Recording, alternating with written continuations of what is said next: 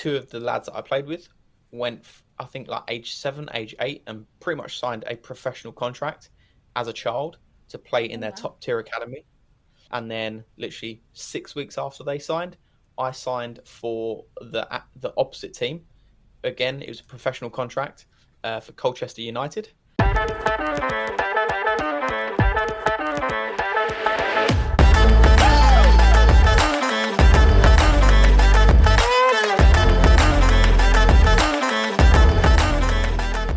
Hello, and welcome to the Kick It with Katie podcast. I am your host, Katie Colliker, and welcome to episode 11. And my episode today is going to be featuring Ben Herbert. Ben is from the United Kingdom, and so it's going to be interesting to hear his perspective from living across the pond, as we say, and the way that he grew up and developed through his soccer career and where it took him. I apologize for getting this episode out late, as I think I mentioned a couple episodes ago. I've been at a few soccer tournaments, and watching my kids and coaching at these tournaments takes a lot out of you. Plus, I have my day job other than coaching soccer, so I essentially have two jobs. Plus, I decided to start a podcast, as well as being a mom to 5 kids who have school projects that are due because it's the end of the quarter. So it's been a really busy time in my house for the last 2 weeks, and as parents, I'm sure that some of you can relate. And if you're not a parent yet and you're a current player, here's a glimpse of the craziness that your life will be eventually. So get ready for that. So I was working on a biography project with my daughter for her class, and so that had to take precedence over finishing editing this episode. I am excited to be sharing that episode with you guys, with Ben's story. Hopefully you guys will learn a lot from him. It was very exciting to hear his perspective, especially from being outside the United States. So it's always great to hear the differences and similarities that we have with our soccer culture or football culture, as he mentions and references numerous times in his interview. If you guys are listening, please make sure that you guys are subscribing to the podcast wherever you listen, and that you're reviewing, hopefully giving a 5-star review so that this podcast can be more viewable and searchable for those that are looking for a podcast like this. So, like I've mentioned before, the podcast is growing, and I'm really excited about that. I've been working with somebody on some designs for some merchandise, so I'm really excited to be getting that up and running and hopefully being able to get that out to you as the listeners. And Ben refers to you guys as Hey Team in this, and so I kind of really like that. So I may start the podcast out with Hey Team, how's it going? So I really like that, Ben, so I'm going to steal that from you. I hope you guys enjoy this episode, and here is my interview with Ben Herbert. Hey team, Kick It with Katie. Hope you're all well, and it's a pleasure to be on, jumping on this podcast and sharing my story, sharing the background of playing football in the UK. I'll use soccer as it's over in the States, so I'll refer to it as soccer throughout. But yeah, my name's Ben. I'm based in the UK, as you most probably can hear from my accent, and 30 years old. And where I come across football, where I was brought up around football, was as soon as the day I was born, I was bought a soccer shirt, and from that moment on, I was literally glued to the TV from a young age, watching soccer. Over in the UK, it's on pretty much every single day at every opportunity, so it was never going to be missed. So I was always around soccer, always around the sport, and essentially I was born with a club foot. And what that essentially means, if you don't know what that means, was I was born actually with my foot essentially facing pretty much the other way, where I caught it under my mum's rib, where I was being born. But lucky enough, there was some specialists in the UK that could get it sorted, got it completely mended. But from that age, as it was severely damaged from the day I was born, I was told I'd never be able to play any soccer, do any sports at all. And then from that moment of just watching soccer constantly from the day I was born all the way to most where I was like 2 when the plaster come off because I was in plaster for 2 years. I was just addicted to the soccer, football in the UK. Couldn't get away from it. Wanted to play it all the time, and essentially went against the grain and was able to play every sport I wished and do whatever I want with my bad ankle. That it is still essentially bad in the terms of it's slightly weaker, but walk fine, run fine, can play soccer, can play any sport I wish, and actually have no problems with it. It just when I'm tired, it aches, and that's it. So yeah, from like the age of as soon as the plaster came off, from like the age of 2, in the house, I was playing with a soft football outdoors whenever I could get outdoors in the garden or in the yard. I imagine if it's what you Mm-hmm. call it in the States was I was just had a football goal up and I was just attacking, just constantly just playing football. If it was we had a dog when I was growing up and it was like I'd try and get the dog involved in football as well. I Mm-hmm. was that mad about it. Anyone that was around me, I just wanted to play soccer with them. And then essentially I started school when I can't remember when I actually started school. I think it was like 4 years old, 3 years old. Can't remember something like Mm-hmm. 4 or 5. Um, and we actually had a soccer team Huh. at the school there, and just started playing in the soccer team. Or they obviously thought I was a good standard because as soon as I trialed out, I was in the first team. From the moment I stepped into that school, and all the way through those 6 years, I played first team. Actually, incredible story was throughout the 6 years, we had the exact same team we started with because it was that good of a Mm-hmm. team, and got a few good stories about the players I played with that are now actually moved into the Mm-hmm. professional ranks, and where the others are. But there was 10 of us because it was 7 aside and 3 subs, and essentially we actually went on. I think we lost one game in six Awesome. years. We won absolutely every trophy there was to Mm-hmm. win, from local area to essentially national, county, you name it. We won every trophy, and it wasn't just like winning by like a goal or penalty shootouts. It was we literally ran right across the whole Mm-hmm. of England, which was incredible to be a part of. But as I went through that year, from maybe like year 1 to year 2, so for us that's like I think like 4 to 6 years, 4 to 6 years old, maybe like 5 to 7. I actually joined a local football team to play outside of school, which, funny enough, was with 4 of the team members that I played with in primary Mm-hmm. school. Um, and we wasn't actually in that local team for long, but we essentially ran right with that local team as well. And again, won local, county, national stuff, and was a bit of a force, shall we say? And I think we was there for 2 years. And there's a good football team. I'm sure some of you guys would have heard of called Ipswich Mm-hmm. Town. They're a professional team. 2 of the lads that I played with went, I think, like age 7, age 8, and pretty much signed a professional contract Oh as a wow. child to play in their top tier academy. And then, literally 6 weeks after they signed, I signed for the opposite team. Again, it was a professional contract for Colchester Mm-hmm. United, and I spent literally all of my childhood, Monday, Wednesday, Friday, Saturday, and Sunday at Colchester United, playing in professional children's football under a professional contract. Very much, it was focused on making the child become an Mm-hmm. athlete in the sense of to be a professional footballer. So it was literally every waking moment. It was school football, being at school, and then straight after school, it was my parents driving me to Colchester United to essentially train and be essentially driven towards the professional ranks, all the way up until I Mm-hmm. was around 16, I think, where I injured myself and ended up on the injury list. And then the year after was essentially the year where you'd be offered a men's professional contract. But through the injuries, essentially didn't get offered and got released at that age, Mm-hmm. which essentially me being on the rehab table, me being in the physio room, essentially made me fall in love with what I do now.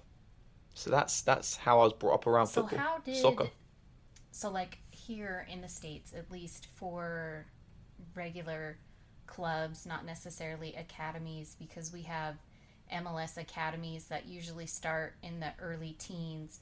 But as being basically to us an elementary school player signing a professional contract, what was that like for you? How did you feel, like personally, emotionally, like when you have friends that were on opposing teams and things, but like what was kind of like the mental state for you, if you can remember? I mean, that was, several years ago, but what was that like for you? No, yeah, I can remember when I first got offered trials to go there and essentially trial out and see if I was allowed. Essentially, they wanted me as a professional young athlete, shall we call it. I was very excited because it was like, okay, I'm now on the path to becoming a professional footballer. And at that age, that's all I wanted. I've very much like the people you speak to. They grow up, they just want to be that professional soccer player, right? And it was just like a dream come true. Absolutely loved every moment of it. I was quite a quiet child. Now I'm certainly, I was very, yeah, I wouldn't speak to many people when I was a young child, but now as I'm a whole lot older, it's certainly the opposite. I'm always chatty, always open, and this is why we're on this. But it was Mm-hmm. almost like a dream come true because it's like, okay, you're now actually working your way through the professional ranks. Mentally, I was just so focused on Mm-hmm. football, football, football, football. Even when I was away from football, I'd watch football, I'd talk football. I literally lived and breathed football. My dad used to play, so it's very much on the weekends if I didn't have training or if I didn't have a game, it's very much go and watch him play football because our soccer games were on a Sunday as a child, and on a Saturday it was either go and watch my dad play his soccer game, or it was essentially you get to a certain age when you're at like Colchester, Ipswich, where I imagine whatever team, and I still imagine it goes on. They just literally just say to you, "Would you like actually to be a ball boy at every home Mm-hmm. game they play?" So you end up essentially go training straight after training on a Saturday. You'd go straight to the actual first team stadium, like an Mm-hmm. MLS stadium, and essentially go sit by the pitch and be ball boy for the whole game all season. And that literally just rolled on for well, however many years I was there, which literally from like the age of maybe like 8 to all the way to like That's pretty awesome. 14. And I mean, I've been watching like the Wrexham story, kind of seeing more, I guess you could say, small town soccer. So is that kind of what it was like for you? I mean, I don't want to compare, Wrexham, because I obviously don't know how big your town is, No, but no, no. I mean, here in the States, I mean, soccer is it's becoming something, it's starting to become a lot bigger, and it's really fun to see the growth, but being able to see the fan base in Europe, where it's literally live and breathe soccer. I mean, we went to Spain, into Madrid for a soccer thing, and so being able to see the like just the craziness. We went to it was a Real Madrid Barcelona game, and it was freaking awesome. And the I mean, the energy from just the fans and the people. I mean, it's just everything shuts down because it's time for football, for soccer. And so it's just, so is that kind of how the community is where you're at? Things just center around soccer, essentially, football, their teams, their clubs, who they support, things like that. Yeah, absolutely. So very much like Wrexham, Colchester United at the time were very much like close to the Premiership League. It was very much the Championship, which was one under Mm-hmm. the Premier League. Um, but now Colchester are in League Two, which is like 3 leagues below, and Wrexham are now actually in the same league Mm-hmm. as Colchester.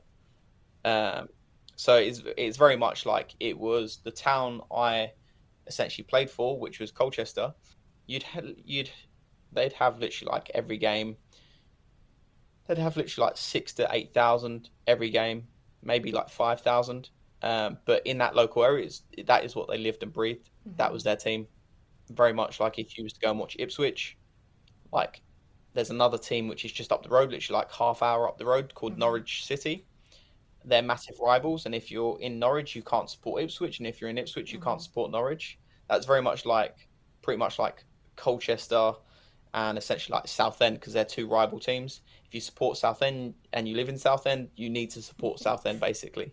Don't get me wrong, it's not like the heights of like I imagine like Manchester United versus Mm-hmm. Manchester City, or let's turn it into like a basketball scene, like the Knicks versus The what's Nets, the or I can't. yeah, I then don't know. yeah, like New York Knicks versus yeah, someone else.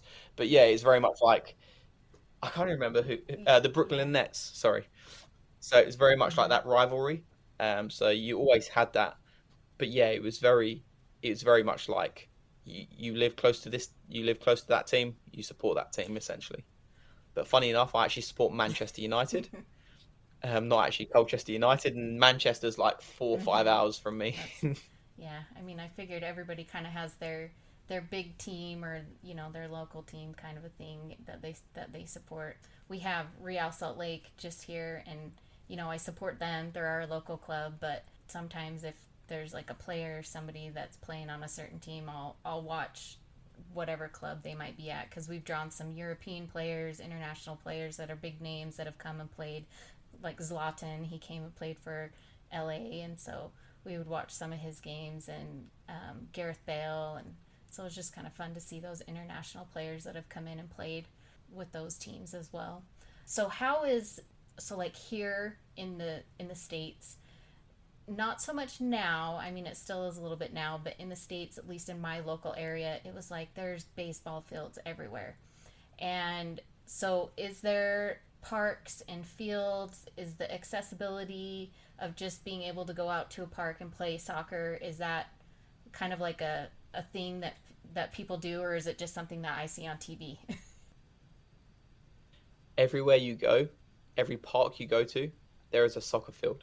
There are there's one goal at one end, there's one goal at the other end. Every park you go to, there'll be some form of soccer pitch, whether that be five aside, seven aside, 11 aside, you name it. There's sometimes when you go to certain parks, if literally you just want to take your children to the park so they can go down like the slides and on the swings and stuff, you'll literally look to your right hand side and there will be like four, five, six, seven, eight, maybe even 10 pitches Mm-hmm. just everywhere to play soccer. That's awesome. Like there is not a shortage of pitches, let me tell That's you that. awesome. That And even when like you're going out for a walk and there's not a soccer pitch, you will see like children with their parents.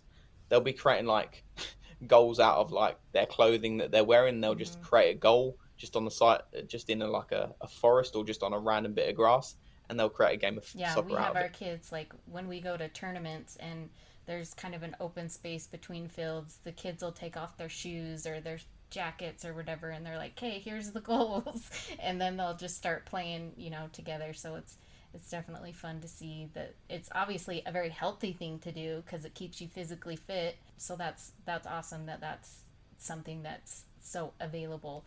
What is the so like at least here in Utah, and there's several other states where it snows quite a bit. So, like right now, we're technically in our indoor season. What is it like when it's winter there? Like, do you guys have indoor facilities that you use? Does it ever snow that much? What is that like there? So as I'll refer back to when I was a child, when I was playing that was essentially at that professional level. We used to play on flooded pitches. It didn't matter. There could be snow on the pitch, they'll clear it. We'll go and play. It could be a frozen pitch, we'd go and play. It could be absolutely hammering it down with rain, and you'd still get to be told to go out and play in it. I can remember a game when I think it was about 12, and it was for England. This is cold. It was about -4, Mm. and it was raining, almost like a bit sleety as well, almost like a mixture of snow and rain. We essentially like you weren't really allowed to wear gloves because it wasn't like the same thing, but we all literally had like gloves on, multiple layers of Mm-hmm. like socks on because it was just so cold.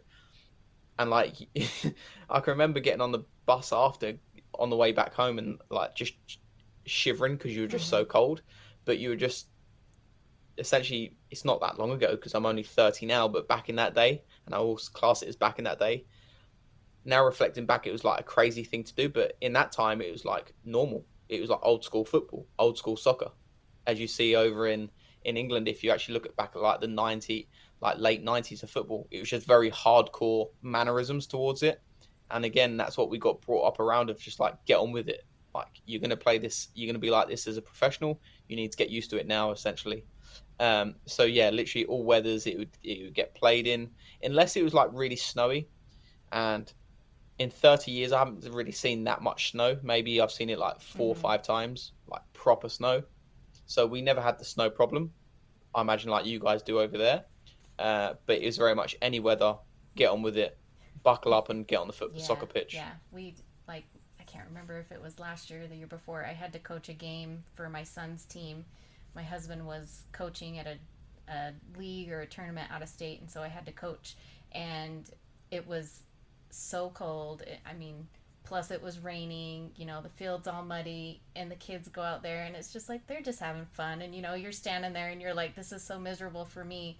But, they're those are the kinds of games that I feel like they remember the most. Is they're like, oh, you remember this because it was like just chaotic and crazy, and they're sliding all over the place and getting all muddy, and they have fun. So that's kind of fun to remember for them. So after you were told basically that you weren't going to be able to sign that professional contract, what what did you decide to do? So, I mean, you'd basically been training and preparing for that, and then that kind of halted. So then what was your mindset, and what was your thoughts on where do I go from here? So where I got was with that sort of mindset was alongside playing soccer. I was playing a lot of golf as Mm-hmm. well. Again, I was very sporty as a child. I still am very sporty. I'll play football. I'll play golf now. I'll play whatever sport gets thrown my way. And essentially, I was playing golf at the same time and got really good at golf. And I actually said to my parents, I was like, I actually want like a year out of soccer to essentially just be like, do I really want to carry on playing? Because I'd given, even though I was only what, like 14, 15 at the time, I'd given 14 years of my life just to Mm-hmm. football, nothing else. Literally, I didn't see any friends over the weekend. I didn't literally mix with anyone. It was literally just soccer, soccer, soccer, soccer. Just lived and breathed it. And I was like, I want to take a year out, like essentially just to see if I really want to do soccer. And if I don't, then I'll have to take a different route. Anyway, I got really good at golf. And essentially, in that time, whilst I was playing golf in my spare time when I wasn't playing soccer as a kid, I then left Colchester without the professional contract, went into golf full time because I was now in high school. So I was representing my high school playing golf. I then got really, really good at golf where I started representing my local county, my local club, and then progressed on even further, which I actually started to represent England as a Awesome. country from like the age of 17 to around, I think I was like 21. I was representing England. I was in the England golf squads, literally going all over Europe, all over the UK just to play golf, just to try and win trophies and progress my golfing career. And then at the age of like 22, I think I actually decided to go professionally playing as a Mm-hmm. golfer.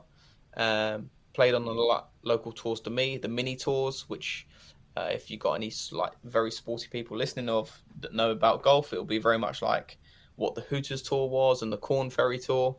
I was playing at that sort of level, and then again had a couple of injuries set me back here and there. Very much like football, I was in the physio room. Soccer, I was in the physio room. I was in just doing rehab on my body, making sure I was in a good spot, and that's where I fell in love with essentially the And job what that is I that? do now. So I own a business, a personal training business that's online. So I basically help uh, career driven people in their own careers live in phenomenal shape all year round. I help them with their mindset. I help them with essentially managing their lifestyle so they can get the best out of themselves, for their family, for their friends, for themselves, and essentially perform as best as they can in their career as well. Awesome. And I've looked at your Instagram, and I've seen that you've traveled some different places for that. Is that, I guess, for you personally, not necessarily for the job, because you do that online, but it looks like you've done some. Oh, God, I can't think of the name of it. It was like a running thing that you did, and it wasn't in. Yeah, so I ran so very much uh, for the principle of my ankle being told that I couldn't actually potentially play sport and then not be able to run or do anything like that. I proved essentially that wrong as a young kid, being able to play full-time soccer, then into full-time golf. And I thought, you know what, I want to prove the point again. I've ran multiple half marathons, and then I travelled to Portugal, to Porto, and ran a full marathon.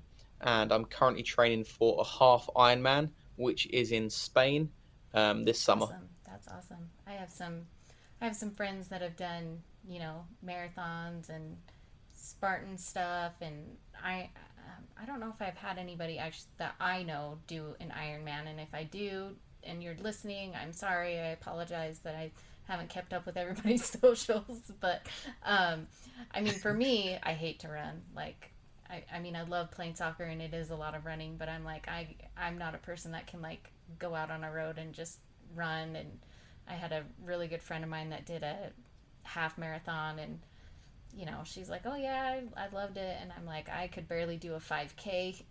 So, but I mean, that's awesome that you've basically been told since you were a baby that you weren't going to be able to do any of these things, and you've been able to accomplish them and more. And now you're trying to, I guess you could say, give back and help others achieve more. So what is your Instagram or your socials that people can look for you on? So my Instagram is underscore Ben Herbert, and I also have a podcast myself, which is called All Things High Performance on Apple Music and Spotify. Awesome. And I will definitely link those in the show notes for your episode. So if you guys are wanting to look more about Ben, look in those show notes and you'll be able to see those links to his Instagram and podcast. What would you tell any young players that are currently in the system now, playing right now? What advice would you give to them as an athlete? The advice, there's many parts to this. So when it comes to essentially them wanting to take this on as a career, what I'd actually say to you is have the realization it's not going to be easy. And because there's a very small percentage of people that actually become that professional soccer player, right? And you'll be giving your life and your soul to absolutely everything to this sport. And I'm completely with you on that. So what I'd essentially be making sure of is you are the hardest worker in that team, in that squad. Make sure it goes noticed that you're working incredibly hard. And when I say incredibly hard, I mean to the point of where you simply can't put any more work in. When it comes to outside, and if you're being told that you need to be looking after yourself from a nutritional aspect, from a training aspect, if you need to be doing extra training outside of your club or the academy and stuff like that, make sure you are going to your complete wits end of maximum capacity of looking at recovery, looking at essentially how can you increase performance by improving strength, fitness, speed, flexibility.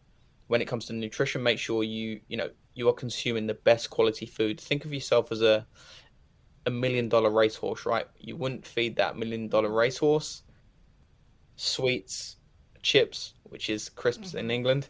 Had to think about that one.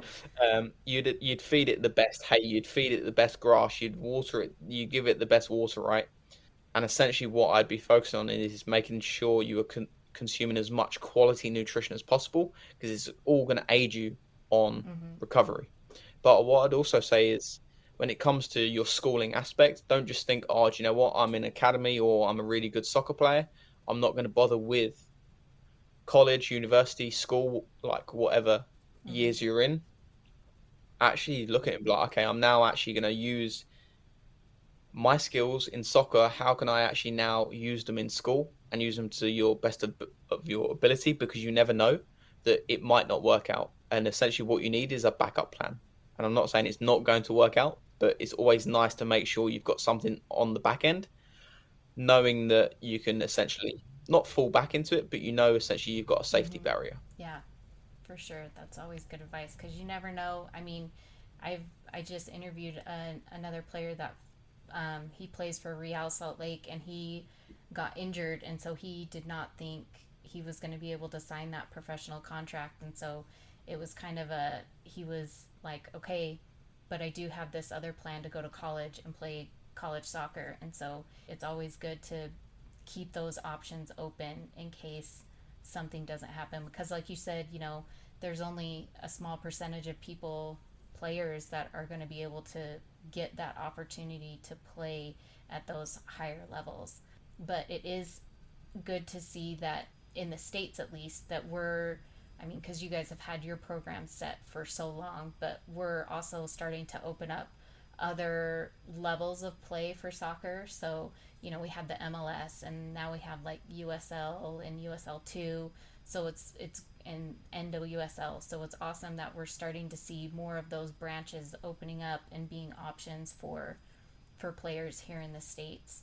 And I just interviewed somebody else whose college has recruited tons of international players recently. So it's awesome that they're also being given that opportunity to come and play for a college that's basically, setting them up to either be seen by a professional MLS team or a bigger university for them to go and have a career and play soccer at the same time. So that's kind of awesome to be able to see that. Mm-hmm. Just want to add to that as well, is that there are so many opportunities within soccer now. Essentially, let's say, you want to become that professional soccer player, but it doesn't work out right. It's not something that you'll say like, "Oh, okay, I need to step away from soccer now." There are so many avenues you can go down, especially in the UK now. It's like you can now become a football agent. You can learn that through university. Mm-hmm. You can now essentially, earn your stripes of becoming a football manager, a coach. You could be essentially, you can take your footballing knowledge, your footballing skills into so many areas within football. It doesn't just have to be as a player. So essentially, if it doesn't work out for you, think, where does your football knowledge lie, and how can you actually utilize that to actually still remaining Mm-hmm. in football, but maybe just in a different zone of it, because there are so many opportunities. And if you're really passionate about it, which I imagine you all are, is that really utilize that in some form of way on top of what you're Yeah. doing already. I mean, my husband, in the 90s, there weren't necessarily a lot of major options for people to play college soccer or things like that. So he played for a local university for like their club men's team, but it wasn't like an NCAA, type of a team. But he played for the local college, well, the university's team. But then he also got into coaching, and he has done really well at that. And so he's been able to stay in the sport and pass on his knowledge. And he's had several players recruited into academies and national level. So, and it's awesome to be able to see that. And he's still around the game, and he's able to pass on his knowledge and expertise. And now he's got players that have, they're adults now that he coached since they were little. And a lot of them are starting to have kids play, or they're starting, his old players are starting to coach themselves. So it's always fun to be able to see where people take their jobs. Like one of his former players also just started to be I think he's an assistant general manager of a USL team over in New Jersey. So it's pretty awesome to be able to see the different avenues that people have taken. Do you have anything else that you want to add? Just advice or experiences or anything like that? Like, okay, so you're a Manchester United fan. I would assume, have you been to games? Have you gone to see them live and things like that? What's one of your most memorable going to a Yeah. Manchester? So I'm a Man United fan. I've seen them multiple times. Been to their stadium, Old Trafford. Incredible stadium that it is.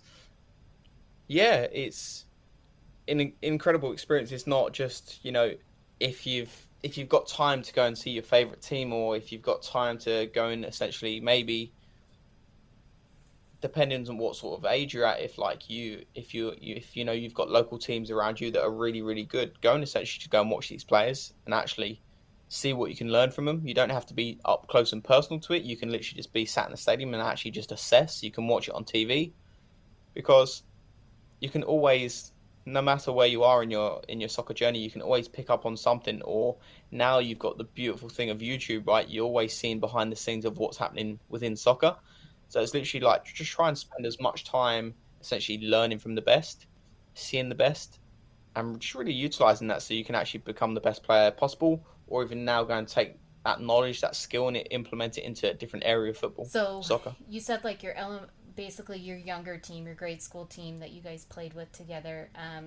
How was it shifting gears from having like that one core team for all those years and then changing to another team? You know, when you went to Colchester, like what was the dynamic for you, and how did you rely on your teammates and building that trust and things like that? So yeah, it was from the school going into a local team. It was an easy transition because it was the same players. It was literally I think there was like four of us or six of us that went into our local team, and at the time it was a seven-a-side team because we were so young, so you wasn't playing 11-a-side. So it was us. I think it was I think it was five players. Us five players were essentially the best players Mm-hmm. in that local area. So it was essentially we were starting anyway. So that team remained. Is when some of the team, two of the team went to Ipswich and two of the team went to Colchester. So me and another one went to Colchester. That's where it changed because it was a big, it was definitely a big step up from just playing like local weekend Mm-hmm. soccer to actually playing full time professional young athlete soccer, from the demand from training, from the demand of recovery, from the demand of like nutrition, training, all that sort of stuff. It was a very serious change, a big change when actually reflecting back on it.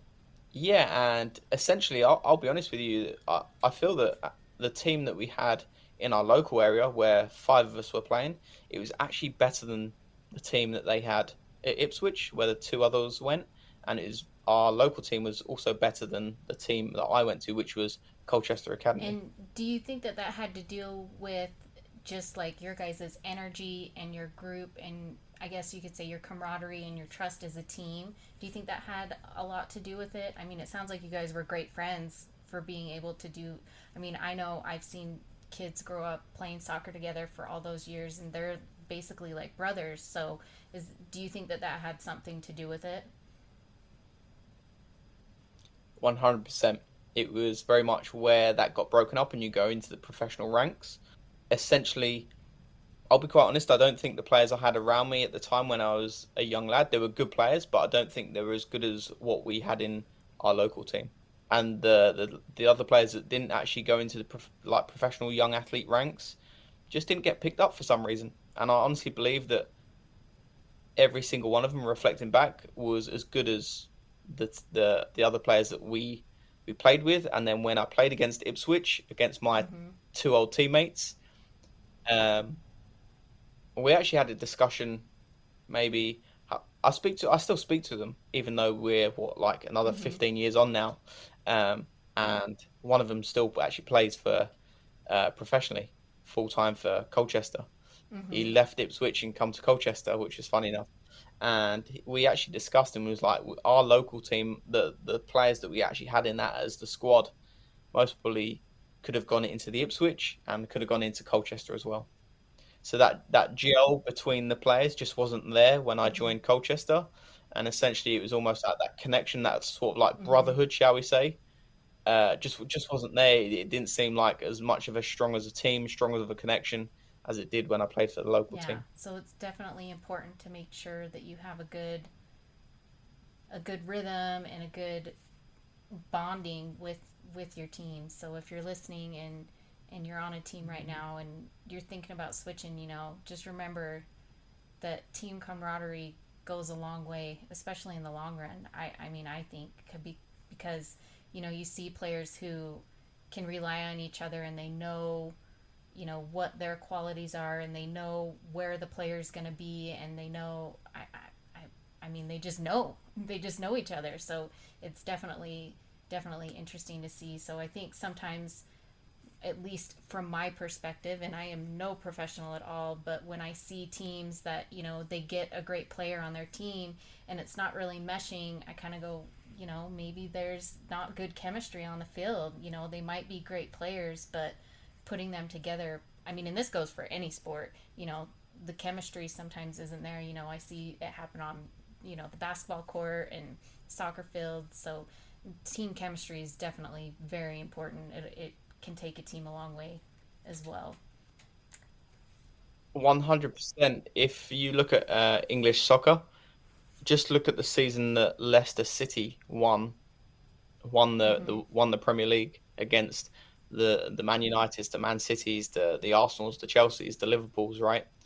They were most probably odds on to be around bottom half of the league, but yet they won the biggest leagues in the world, and it wasn't down to essentially the quality of players. Don't get me wrong, they had good quality, just Mm-hmm. not top quality. I still put that down to, and there's a lot of talk about it. I'm sure anyone that's seen that title uh, get taken by Leicester was essentially just down to the connection of the team, the understanding of each other, and the true just the morale in the team and essentially that That connection they morale had. can definitely make or break a team. So even in the World Cup that we just watched, I mean, Morocco, total underdog, killed it. I was Prime kind of rooting example. for him just because I was like, this is awesome. Look at these guys go. Like they're taking teams out left and right, and they're totally an underdog story. And I mean, that was awesome to see them go as far as they did. Do you have anything else that you want to add or anything like that? Yeah, there's one thing I'll add is that let's say you don't make it into the MLS, or you have other thoughts of playing Mm-hmm. soccer, right? There's so many leagues out there. There's so many opportunities. If I'd actually go back and play soccer now as a young kid, moving up through the ranks, I'd actually go and most probably go abroad and try my luck and see if I can make it through that way. Because there's so many good leagues out there. There's so many good teams. There's so many opportunities of playing in the professional ranks that don't just stick to the States, don't just stick to the UK, but actually think, okay, can I now go into different parts of Europe, French Mm-hmm. league, Spanish league, uh, you know, Norwegian, you name it, put any country to it. They've now got an incredible league. Even look at the Mm-hmm. Qatari league, right? There's leagues all over the world, and it's like, okay, amazing. Like there's always an avenue to become now a professional soccer player. And it's okay, it might not be the league you want or the team that you want, but it doesn't mean that you can't actually get there because you're only going to be learning your trade better when you get into these different countries, when you get into these different positions of playing for teams. And I don't think it's something that I really had as growing up. There wasn't essentially different areas to go to, or I wasn't aware Mm-hmm. of at the time. So if you're looking to become that professional and you want to essentially take on a different challenge, maybe not play for a team in America, go abroad, start at the bottom and earn your stripes and work your way up because it's definitely Yeah, possible. I totally agree with that. I had the goalkeeper that I interviewed, JC. He's currently playing in Mexico, and that's kind of, what he said. And he was like, I've been trying to get playing professionally, and he was basically like, I know that I'm good at what I do, and so if I don't make it here, there's other leagues elsewhere. Like this isn't the end all be all. Like there's other options out there, so don't necessarily put all your eggs in one basket. I mean, and that same thing goes for collegiate teams. I mean, if you're going to go to university or college, and make sure that you're looking at all the different options of the different levels of college soccer so that you're not disappointed that you didn't get a D1 scholarship. Make sure that if you want to play college soccer that you're ready to play it at, any school, any level, and that's definitely great advice. Thank you so much for coming on today and being on here and sharing your advice and your experience. Again, for those that are listening, look for Ben's Instagram information and his podcast information in the show notes. And Ben, thank you so much for coming on today. Do you want to leave with anything else? I mean, you had great advice, great story, great experiences. I love it. Just thank you for having me on, and to all your listeners, and for the people that have been on, just keep working away.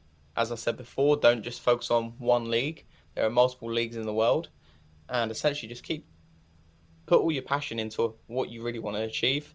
And as long as you're working hard, as long as you're doing absolutely everything in your power, everything you can control to be the best soccer player you can be, then you can't ask any more from yourself. And that's just a job well done to you if you keep on Yeah. applying it.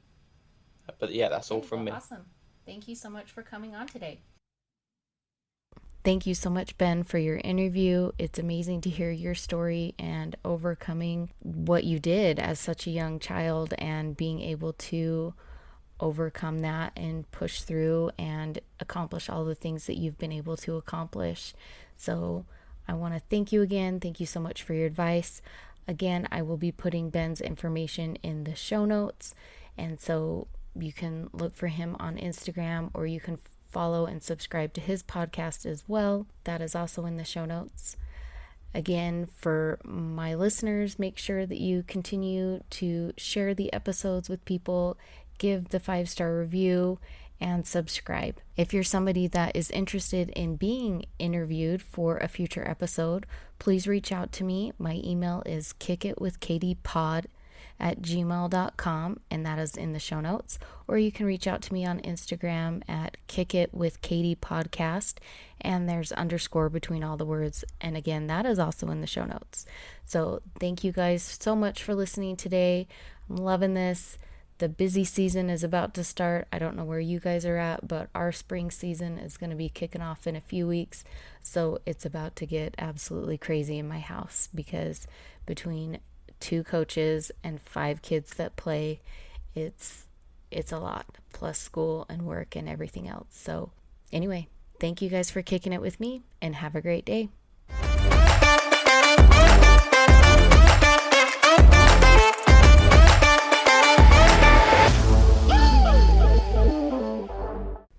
Don't forget to follow me on Instagram at kickitwithkatiepodcast _ between all the words. You can reach out to me with questions at kickitwithkatiepod@gmail.com. I also have a feature with SpeakPipe where you can leave me your own voicemail message if you want to be featured on the podcast. Rate, review, and subscribe wherever you listen to podcasts.